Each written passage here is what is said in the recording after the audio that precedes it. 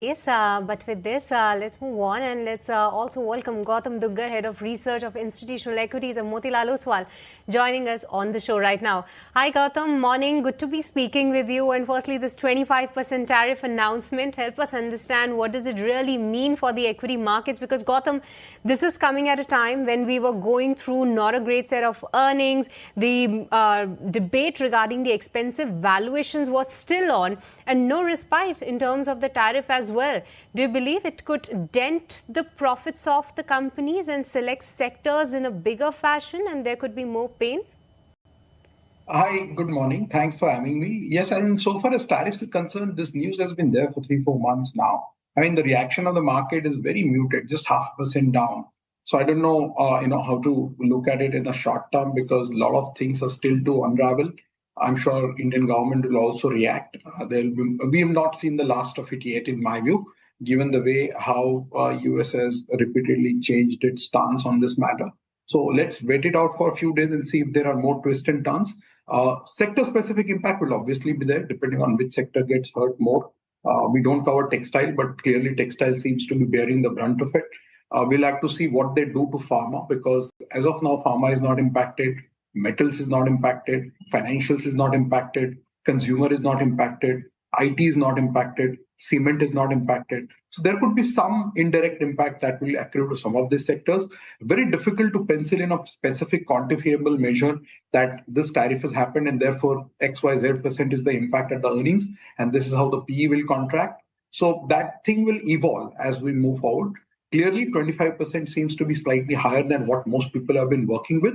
But market is taking it in its own stride, given that this has become too recurring an issue now. And market has moved beyond some of these exogenous factors. And people are focusing on stock where things are in their control and looking at portfolio from that point of view.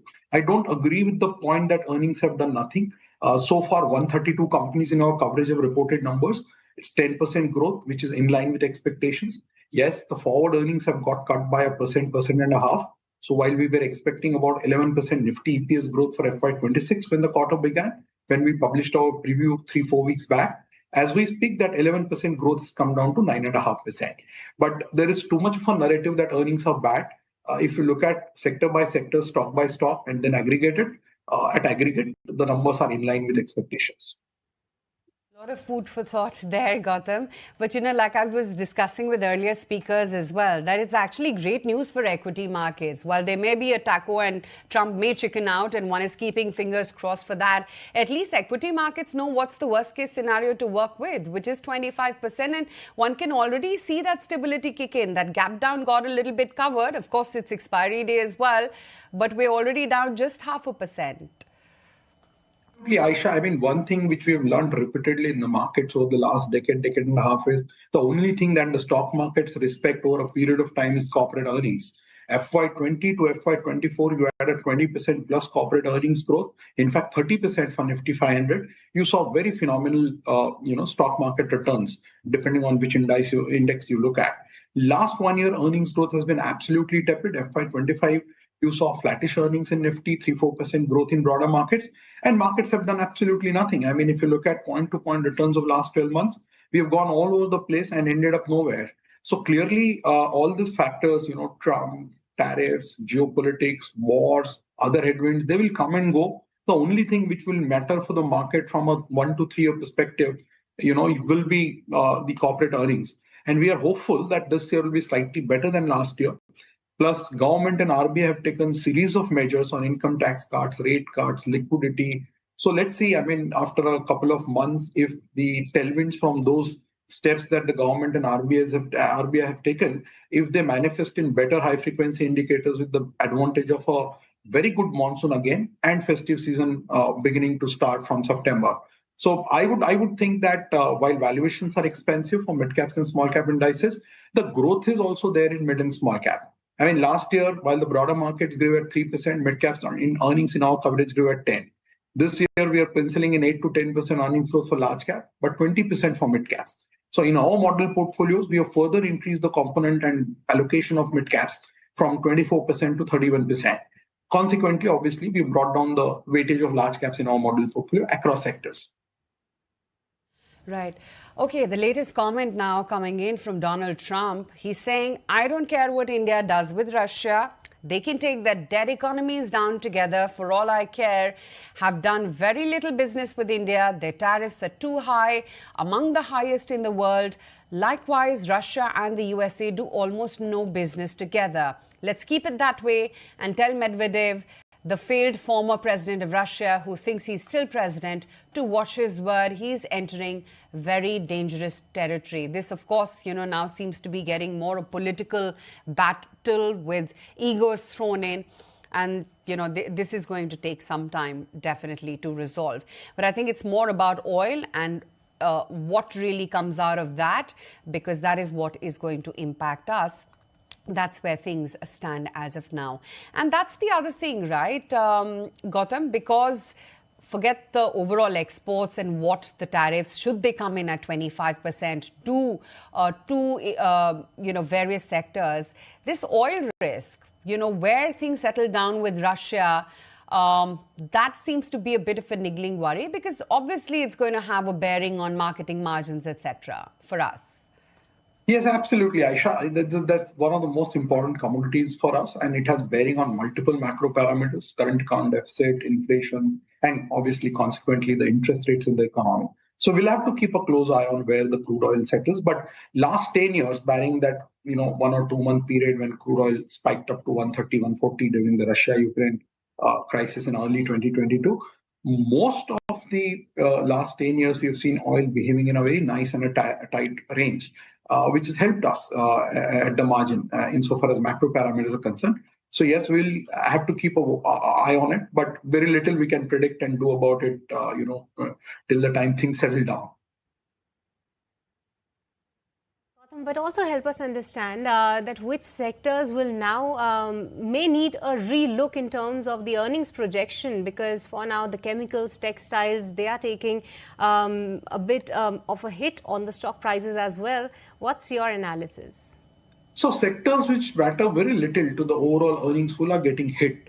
The big sectors, 3 or 4 big sectors, will contribute almost 65 to 70% of the earnings pool, which is financials, which is IT, consumption, auto, and to an extent utilities.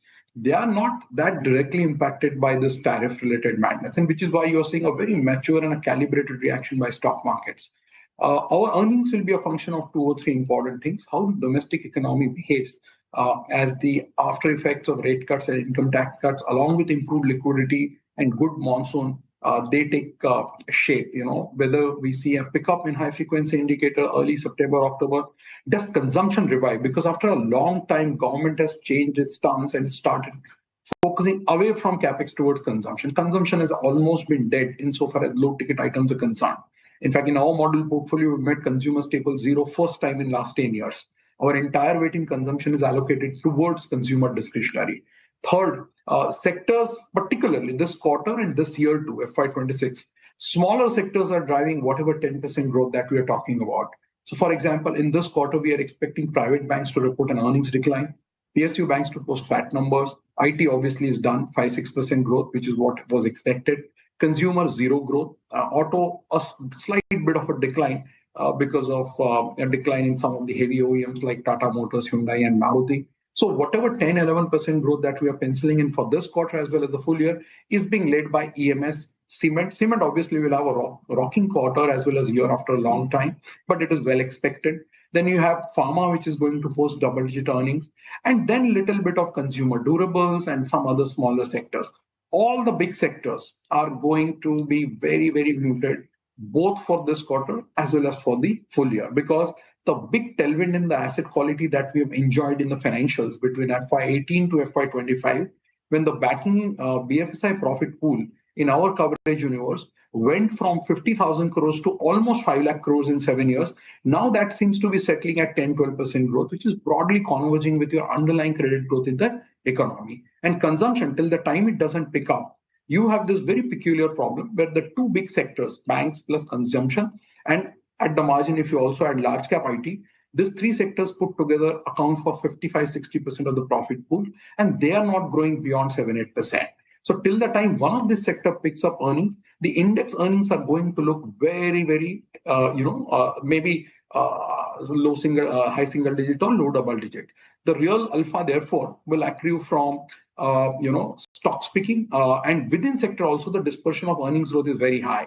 So, for example, if you were positive on consumption for last 4 years and you were allocated in HUL and ITC, you made no money. Similarly, in IT, if you're positive and you are allocated towards large cap IT, you massively underperform.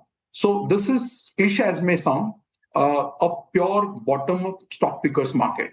And therefore, while your sector call can be right, unless the stock call is right, you end up underperforming even then.